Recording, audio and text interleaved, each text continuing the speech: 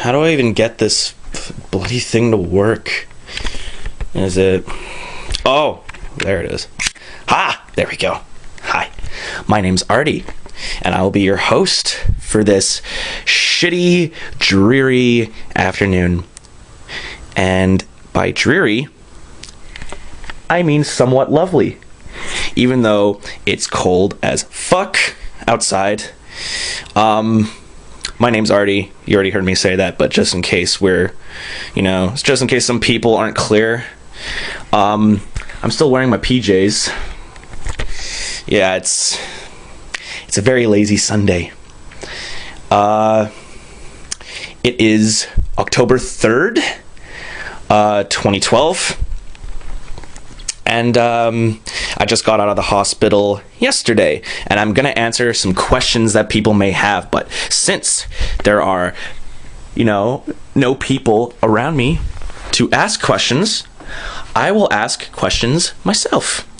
So here goes. Artie, how are you feeling? Well, since I got out of the hospital, I feel pretty good. I feel like things are starting to look up. And, yeah, I don't know. I just feel great. Why were you in the hospital? Well, I don't really know.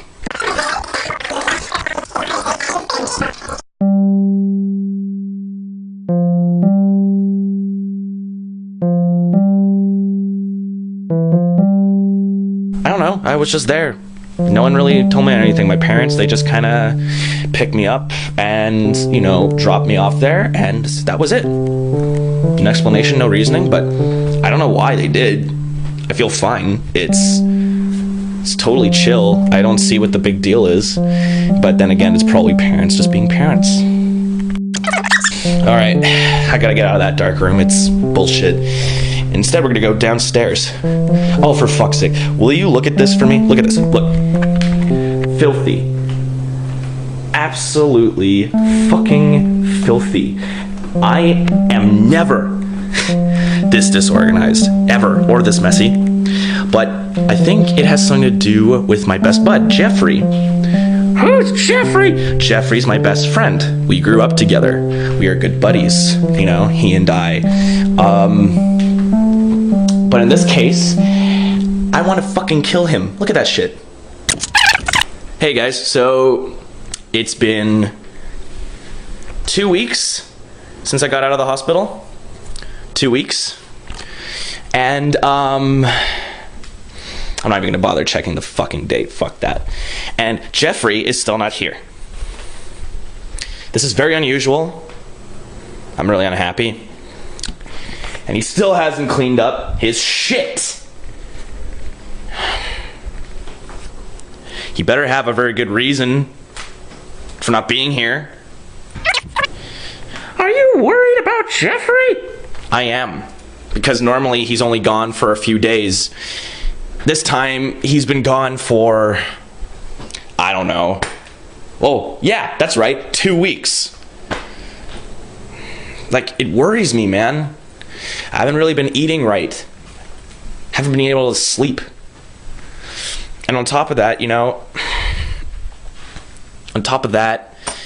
haven't been able to take my meds because it just worries the shit out of me. Fuck. I'm trying to keep this bloody thing up. Don't test my fucking patience. Technology these days. Alright. Here we go. That's you know what? Fuck it. Just fuck it. I'll just crouch it down a little bit. Hi everyone. It's Artie. How are you doing today? Good? How are you doing, Artie? I'm not doing too fucking good because look, Jeffrey is not fucking here. Huh? He's not here. He's not here. And it's been a month now. But I figure I'm probably freaking you guys out right now, and I need to calm myself down, so I'm going to tell you guys a lovely little story. This is a true story. So, I used to live out in a very small town out in the Okanagan.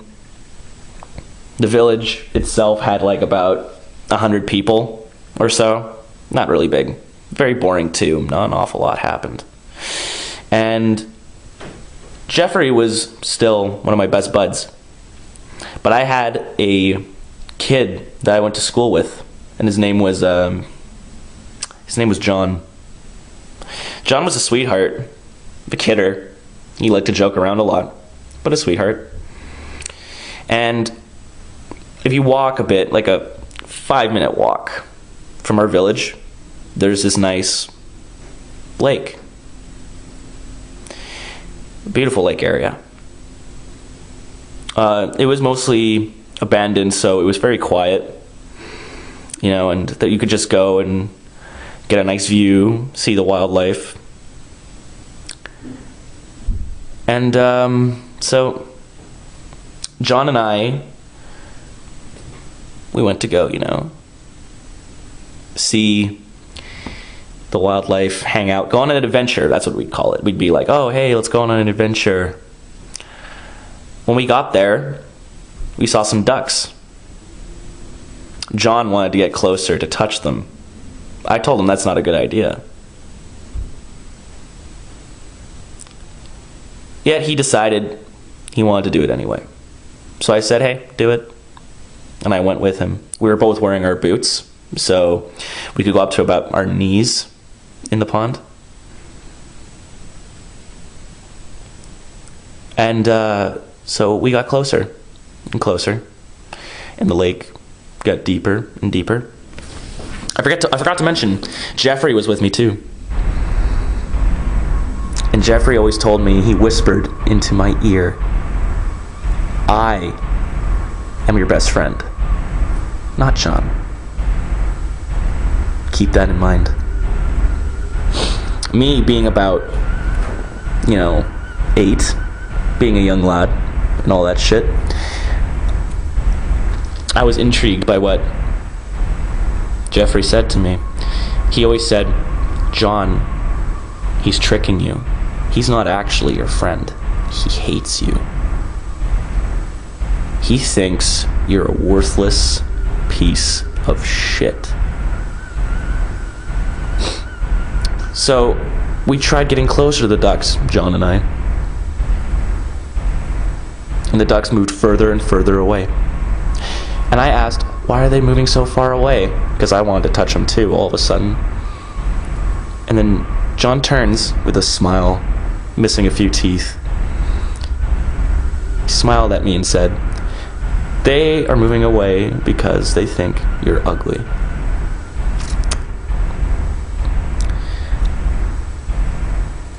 I took that the wrong way. Jeffrey told me that.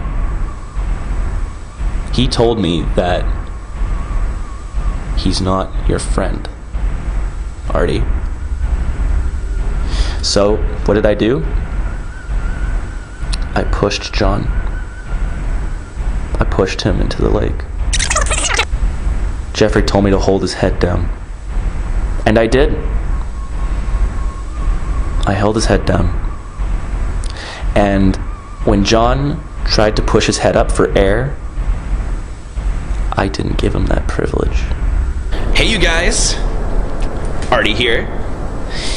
And the reason why I'm so happy as of late is because Jeffrey's here. It is November 30th, 2012, and he is next to me right now. So please get ready for Jeffrey. Say hi to everyone here on camera. Sorry, normally he's very talkative. He's super fucking talkative, actually. Hang on. It's just because he's camera shy, I bet. He never really goes in front of a camera before. Say hi. Jeffrey, come on. Just say hello. It's not that hard.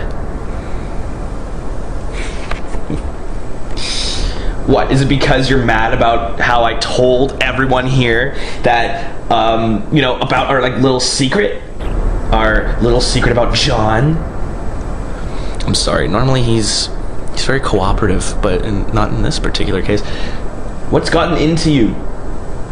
Oh, I see, I fucking see. You're fucking mad about the whole thing, John. I know that was meant to be kept between us, but come on. Think about our journey together. Think about it. Think how great that would be.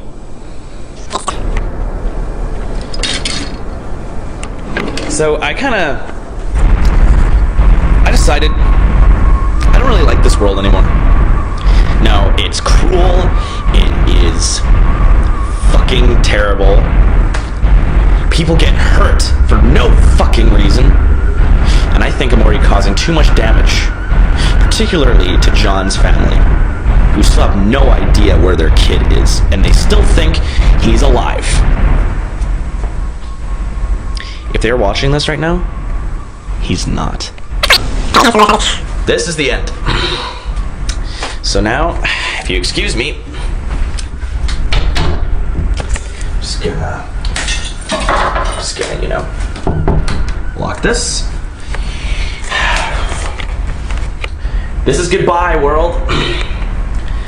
This is goodbye.